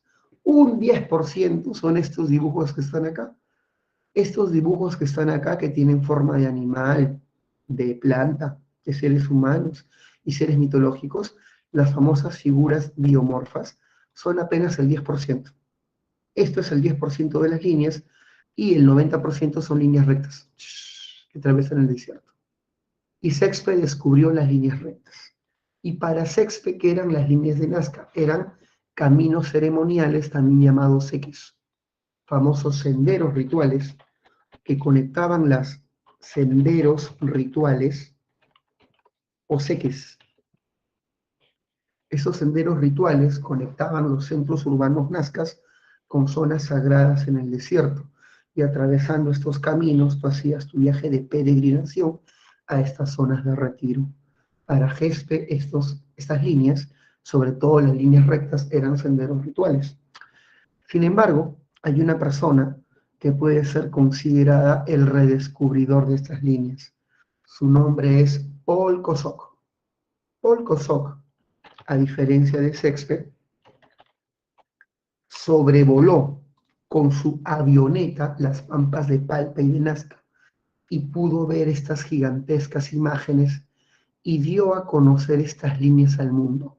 Fue el hombre que presentó las líneas de Nazca al mundo, descubriendo las gigantescas imágenes biomorfas. Paul Kosok trajo a una alemana matemática para que le apoye en la medición de estas líneas, y esta se llamaba Maria Reisch. Ella fue la mujer que consagró su vida al estudio de estas líneas, tanto así que, viviendo en Alemania, se mudó al Perú, se mudó a Lima, y de Lima se mudó a Ica, y de Ica al desierto. La mujer viajaba todo el día en el desierto con su escobita, barriendo las líneas, peleándose con los pobladores que estaban maltratando las líneas, persiguiéndolo con su escoba a los tíos que no respetaban las líneas. Esa era una tía loca, pero muy dedicada a su estudio. Ella midió toda su vida diversas líneas, comparándolas matemáticamente, y junto a Paul Kosok, Maria Reisch crea la teoría de que este es un calendario astronómico, de que las líneas de Nazca indican el movimiento de los astros. Precisamente, el día del solsticio de invierno, el ave llamado el flamenco apunta al lugar exacto por donde nace el sol. Y que para ella, las líneas de Nazca, es un calendario astronómico a gran escala, que indicaba el movimiento de los astros, y que estas figuras representan constelaciones. Y los sacerdotes utilizaban las líneas para predecir el inicio de las estaciones y poder elaborar el calendario agrícola. Es la teoría del calendario astronómico, ¿sí? Pero hay una tercera teoría, la teoría de Maria Rostoroski.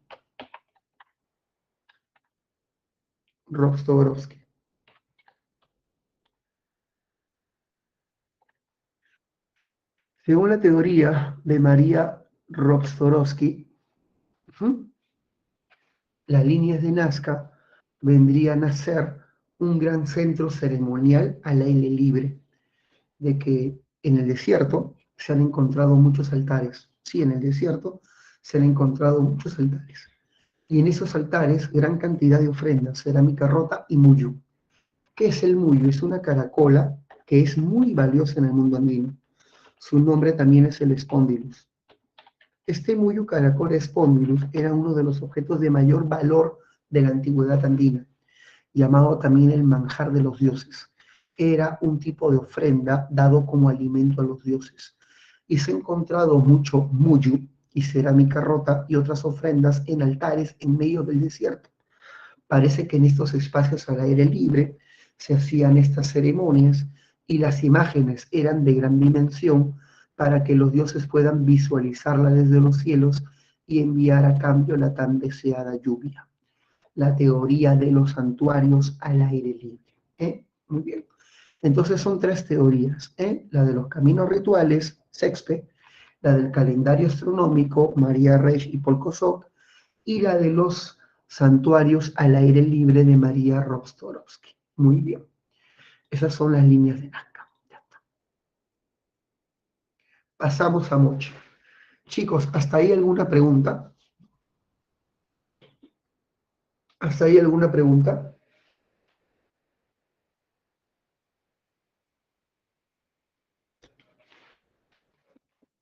¿Todo está claro? ¿Alguna parte que quieres que repita?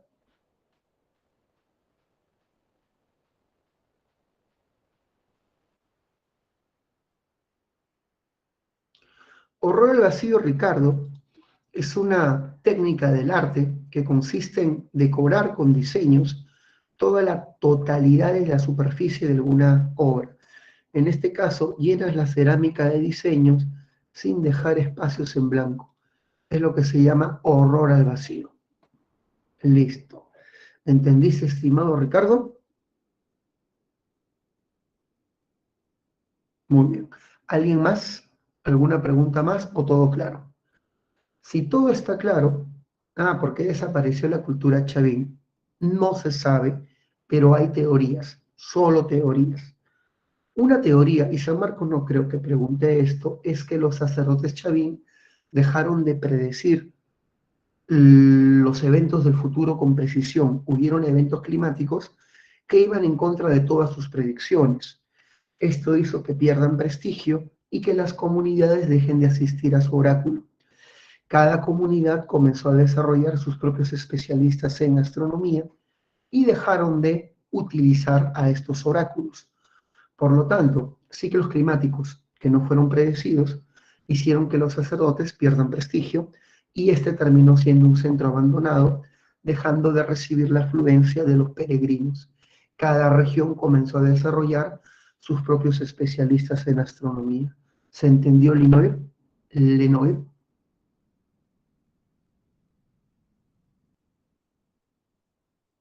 Excelente. Gracias a lo de Lenoir, puedo decir otras cosas. ¿Cómo terminó la cultura Paracas? La cultura Paracas terminó evolucionando y dando origen a la sociedad Nazca. ¿Y cómo terminó la sociedad Nazca? Absorbida por la cultura Wari. Todo parece indicar que terribles eventos climáticos, sequías brutales, hicieron que esta cultura pierda poder, que se genere una crisis política. Y esta crisis política, derivada de la crisis agrícola y climática, hizo que los nazquenses se debiliten y fueron sometidos y absorbidos por los Wari. Muy bien. Ahora sigamos. Chicos, si entendieron todo, por favor escriban Go, que significa siga, avance, profesor. Si quieres que repita algo, reto. Ya, muy bien. Ahora pasamos a la costa norte, donde se desarrolló la cultura mochi. En la costa norte aparece Mochica, o cultura mochi. Su corazón está en el departamento de la Libertad. Los especialistas sostienen que la cultura moche nace en el departamento de la Libertad y que su cuna se encuentra en dos valles, el valle de Moche y el valle de Chicama. En estos dos valles de la Libertad se forma la cultura moche. Toda cultura tiene un origen, y ¿de dónde nace la cultura moche? Nace de una cultura más antigua llamada Salinar. Salinar es una cultura del periodo formativo. Repito, Salinar es una cultura del formativo final, y se cree que esta cultura fue la base de la sociedad mochica. La cultura moche, por su expansión, llegó hasta Piura por el norte. Se expandió por Lambayeque y llegó hasta Piura. De la Libertad hasta Lambayeque y Piura por el norte. Cuando llegó a Piura, Moche entra en contacto con una cultura de Piura, del formativo, llamada Vicus. Y los Moche asimilan muchos elementos de Vicus, que asimilan sobre todo su trabajo de los metales. Vicus sobresale en la orfebrería. la metalurgia del oro y la plata, y la cultura moche asimila la orfebrería de Vicus y sus técnicas de trabajo de los metales. Y cuando Moche se expandió por el sur, llegó hasta Ancash, exactamente hasta este río llamado Guarmey. Repito, mira, Moche por el sur llegó hasta Ancash, hasta el río Guarmey, básicamente. Cuando la cultura moche llegó al Valle de Virú, entró en contacto con la cultura virú. La cultura virú es famosa por tener una bella cerámica escultórica, y Moche asimiló de Virú la tradición de la cerámica escultórica. Así que Moche se formó a partir de la cultura salinar, pero en su expansión asimiló elementos de dos sociedades, de Vicus y de Virú. De Vicus y de Virú. Muy bien.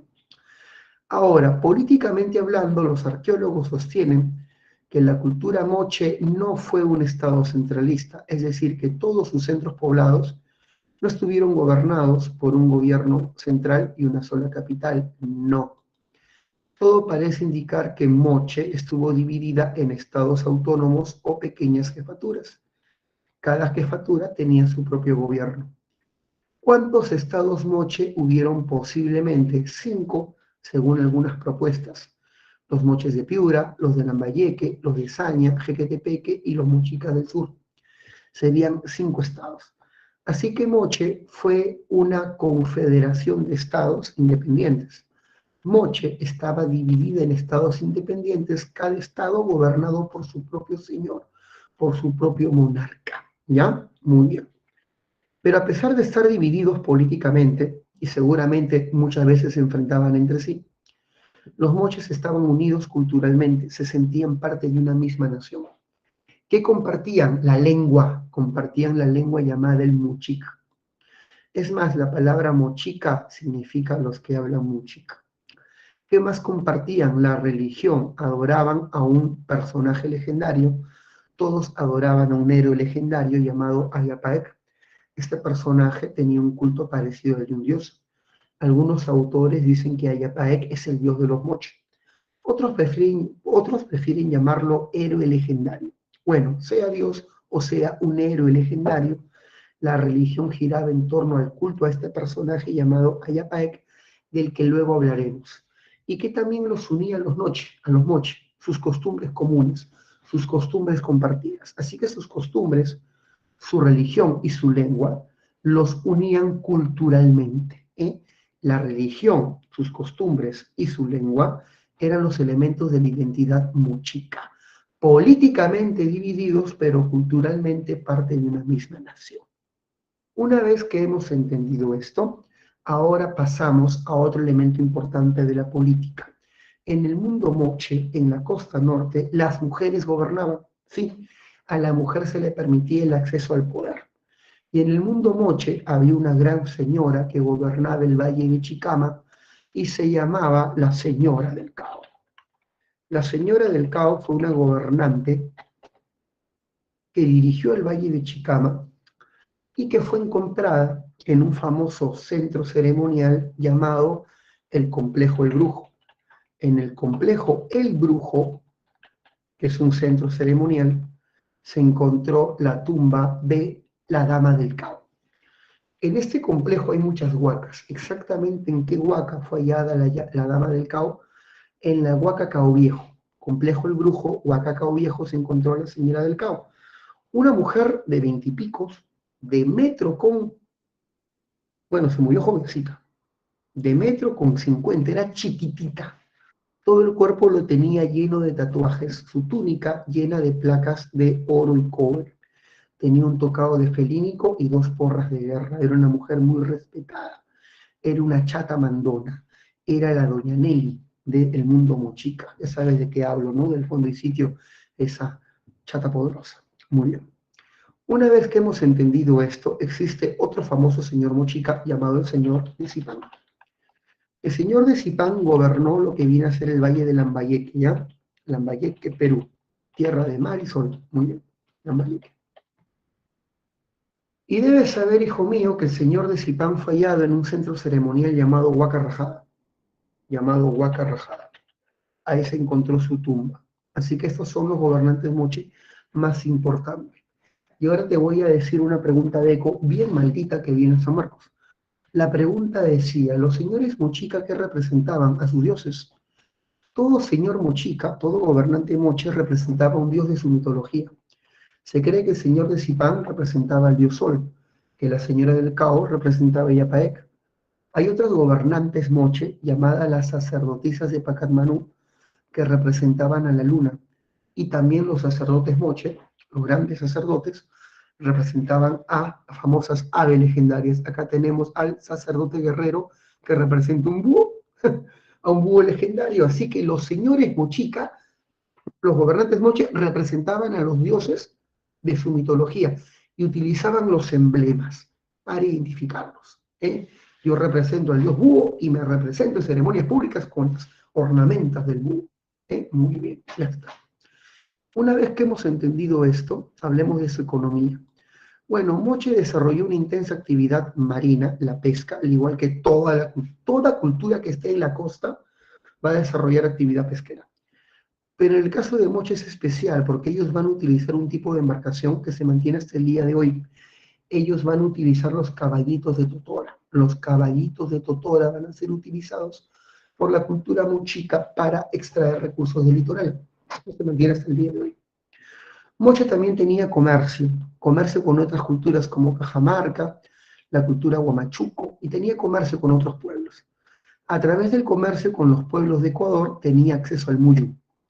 Chicos, ¿qué es el muyu? La caracola, pues el espondilus. El espondilus o muyu era importantísimo para la sociedad mochica y lo extraían del agua cálida de Ecuador. Este alimento para los dioses. Pero estas son actividades complementarias. Incluso Moche tenía ganadería, también criaban camellos, llamas y alpacas. Pero la base de su economía fue la agricultura intensiva. Moche desarrolló una intensa agricultura tecnificada con canales de irrigación. Moche construía acueductos, reservorios, canales. Es una sociedad hidráulica, una sociedad especializada en el manejo del agua a través de diversas tecnologías. Su canal más grande fue el canal La Cumbre, que medía 84 kilómetros, por Dios. Ese canal llevaba agua del río Chicama al río Moche. Ese canal conectaba dos valles, el río Chicama y el Moche. Es un canal intervalle, es su obra hidráulica más impresionante. Un canal intervalle que conectaba dos valles lejanos entre sí. Muy bien. ¿Se entendió, chicos? Por favor, verifiquen. ¿Se entendió?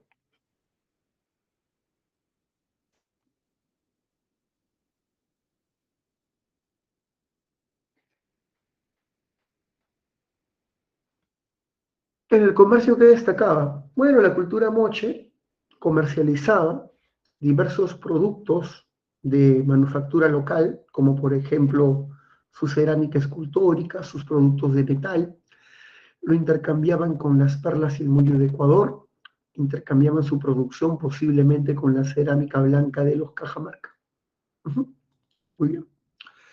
El canal más grande se llama el canal La Cumbre, estimada Helen, canal intervalle de 84 kilómetros. Es impresionante ese canal. El canal La Cumbre.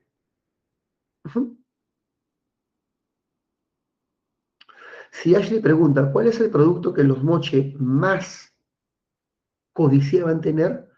El muyu, pues, el muyu, que venía desde las costas de Ecuador. Traficaban el muyu, estimada Ashley, traficaban con el muyu. Muy bien. Sigamos. El muyu es la caracola, también llamado espondilus. Muy bien. Chicos, ¿hasta ahí todo claro? ¿Puedo seguir? ¿Puedo seguir? ¿Puedo seguir? Hablen, hablen, hablen, hablen, hablen, hablen. ¿Seguimos? Sí. En cuanto a su arquitectura, Moche desarrolló grandes centros ceremoniales hechos en base al adobe. Una cosa interesante con respecto a los adobes mochicas, sus adobes estaban marcados. Acá tenemos un adobe moche y se han encontrado marcas así. Se han encontrado marcas así. Se han encontrado marcas así. ¿Por qué estas marcas en los adobes? Todo parece indicar que estas marcas permitían identificar a los grupos tributarios que producían adobes. La cultura mochica mandaba construir adobes a las diversas comunidades y éstas colocaban sus marcas para dejar como constancia que habían entregado la cantidad exigida de materia prima para la construcción de la estructura. O sea, los adobes marcados permitían identificar a los grupos tributarios que habían participado en la construcción del templo. Por si acaso. Debes saber de que sus centros ceremoniales más famosos son la Huaca del Sol y la Huaca de la Luna. Esta se encuentra en el Valle de Moche, en el departamento de La Libertad. La Huaca del Sol es impresionante porque tiene 30 millones de adobes, por Dios, 30 millones de adobes.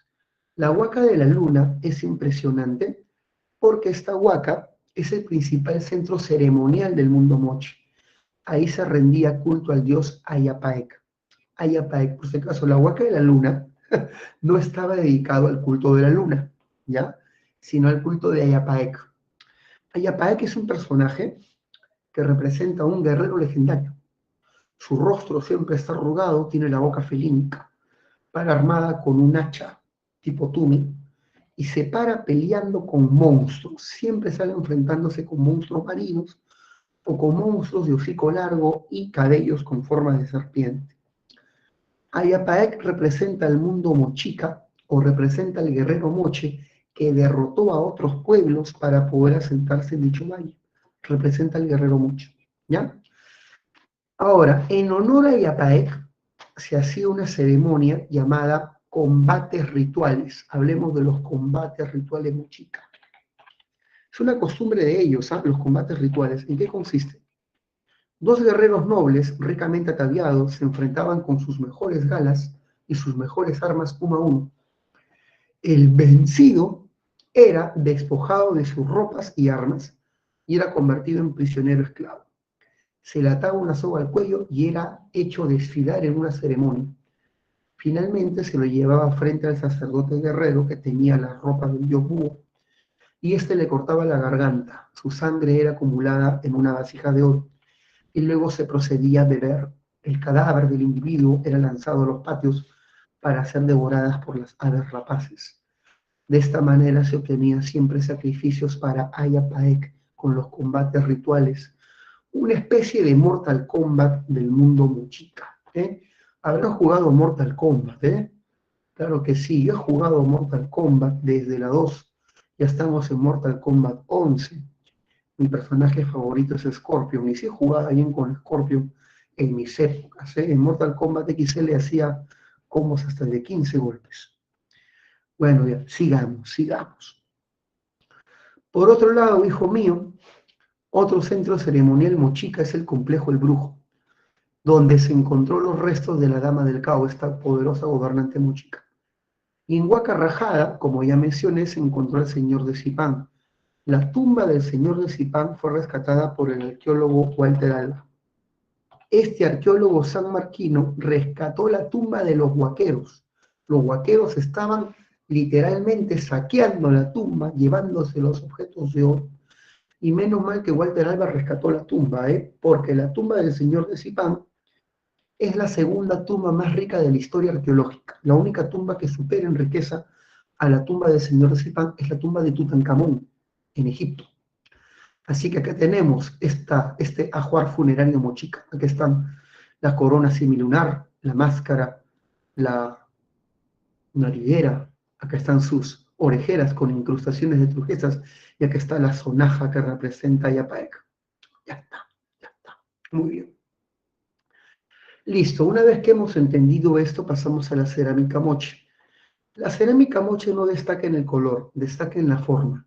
Es la mejor cerámica escultórica. Los mochicas no les gustaba la abstracción, les gustaba representar la realidad en detalle. A eso se le llama naturalismo.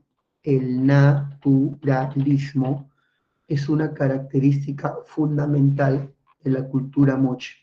El naturalismo es el realismo, es lo mismo, naturalismo, realismo. Acá tenemos el asa goyete, el asa en forma de arco, ¿ya?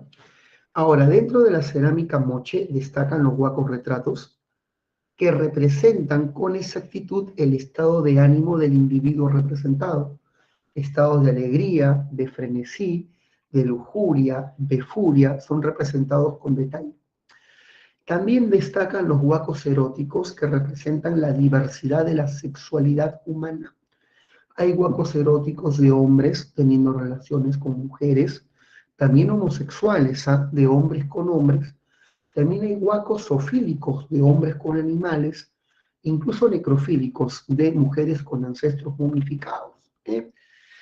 Incluso a los dioses los representan en los huacos eróticos. Hay un huaco erótico que representa a Yapaé con su falo erecto y enorme que le llega hasta la frente. Y el falo, o sea, sus genitales, tienen ojos, nariz y boca. Posiblemente una representación de que Ayapaec, el fundador, el guerrero, de su falo, de su genital, de su prole, desciende el mundo mochica. Existe un huaco muy raro de una mujer obesa, gordita, con un genital enorme, con una vagina que le llega hasta el ombligo, pero de sus genitales fluyen semillas de maíz. ¿Qué representa? La Pachamama, la Madre Tierra, que genera riqueza y abundancia para la gente. Bien bacán, ¿no? Así que tiene diversos significados, sexualidad, fertilidad, entre otras cosas. La cerámica moche tiene 2 colores y por lo tanto es bícroma. Pero la cultura moche también sobresale en metalurgia. La metalurgia mochica es bien brava. Van a desarrollar distintas aleaciones, van a combinar el oro y la plata. A esa combinación de oro y plata se le llama tumbaga. Tenían una técnica para hacer que el cobre parezca oro.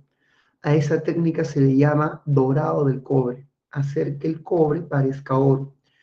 También son famosos por otras técnicas, siendo la más famosa el laminado. El laminado es hacer esto, es golpear el metal constantemente, para botar escorias e impurezas y tener láminas puras de un metal. El laminado se hace con constantes golpes de martillo. Y otra técnica moche muy mencionada es la filigrama. Y la filigrama, hijo mío, es hacer hilos de oro, hilos de metal, hilos de metal. Otra técnica que le gustaba a los moche es la incrustación. En este caso tenemos una orejera con incrustaciones de turquesa. Bien bacán. Muy bien. ¿Cómo acabó la cultura mochica? La cultura moche terminó lamentablemente por un meganiño. Un meganiño, un fenómeno del niño terrible del año 600, generó terribles inundaciones. Obviamente, hijo mío, habían pequeñas minas. Estos extraían los minerales de pequeñas minas, cavando sobre la tierra. Estos minerales eran llevados a hornos soplados por tobaderas, hornos de viento. Ahí se procesaba el metal, los minerales, y se convertía en metal. Lo sacaban con palos excavadores, sino. Muy bien. O sea, encontraban la veta, tierra de color, comenzaban a excavar con palos cavadores, instrumentos también hechos de metal, pequeñas palas de metal, de cobre posiblemente, y ahí extraían estos metales que eran procesados en hornos y convertidos pues en metal, ¿no? Llevados a los talleres para hacer estos objetos que utilizaban únicamente la élite, ¿no? ¿Cómo acabó la cultura moche? Un mega niño. Inundaciones horribles. Tú sabes que cuando hay un niño en la costa norte, inundaciones que destruyen toda la estructura, los centros ceremoniales urbanos y sobre todo los grandes canales de irrigación son estropeados por estas inundaciones, la cosecha se estropea y la cultura moche deja de obedecer a sus autoridades. Y Moche quedó debilitada y fue invadida por Wari. Se encuentra la influencia Wari en la costa norte. Ya está. Una vez visto esto, hablaríamos luego del horizonte medio, que es la última parte de la clase, es la última hora. De eso voy a hablar después del descanso. Hijo mío, el descanso es a las 11:50 o 11:55, dime.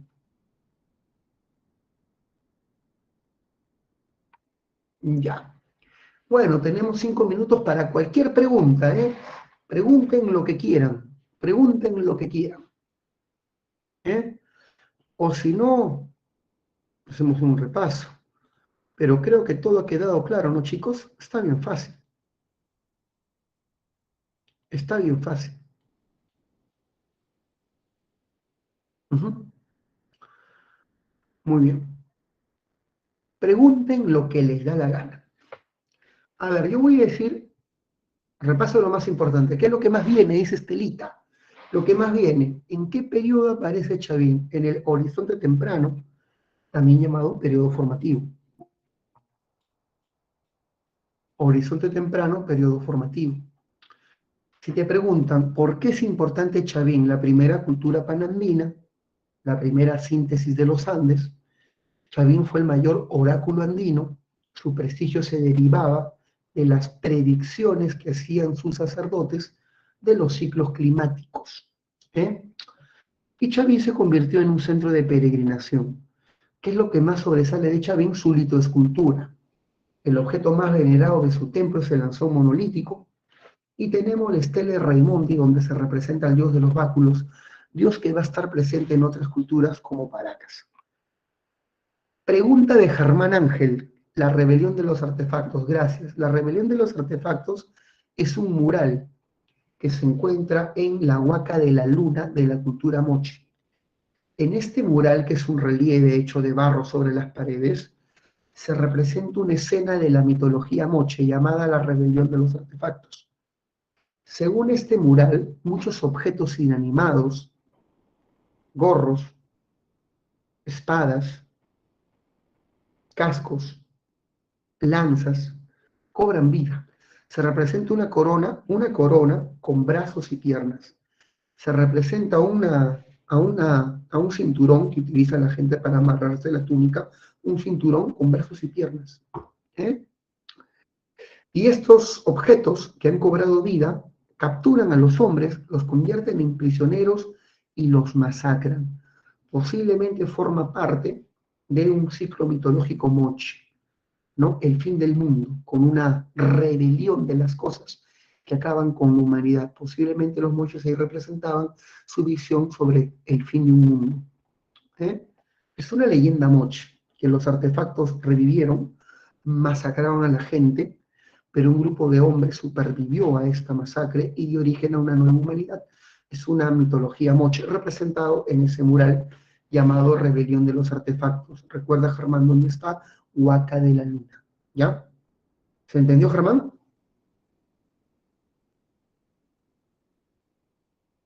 Muy bien. Listo. De Paracas debes recordar sus estilos funerarios, cavernas y necrópolis.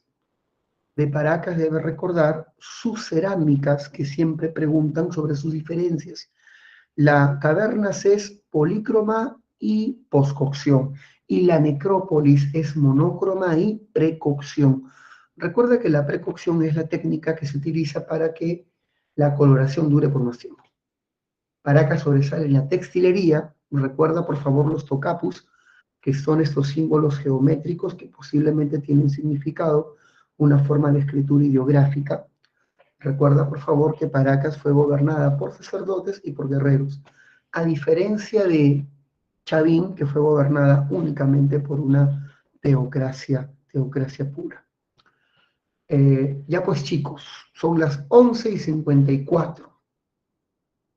Ahí está. Nuestra estimada tutora, siempre atenta, nos hace recordar para el segundo receso. Así que, chicos, volvemos a las 2:10 para hablar de Tiahuanaco y Huari. Va a estar interesante, va a estar interesante. Y no puedes perderte Tiahuanaco porque lo de Tiahuanaco y el control vertical de pisos ecológicos, el sistema del archipiélago viene sí o sí, siempre viene, ¿eh? Así que ya, volvemos, chicos, volvemos. Esta es la 7. Volvemos, chicos.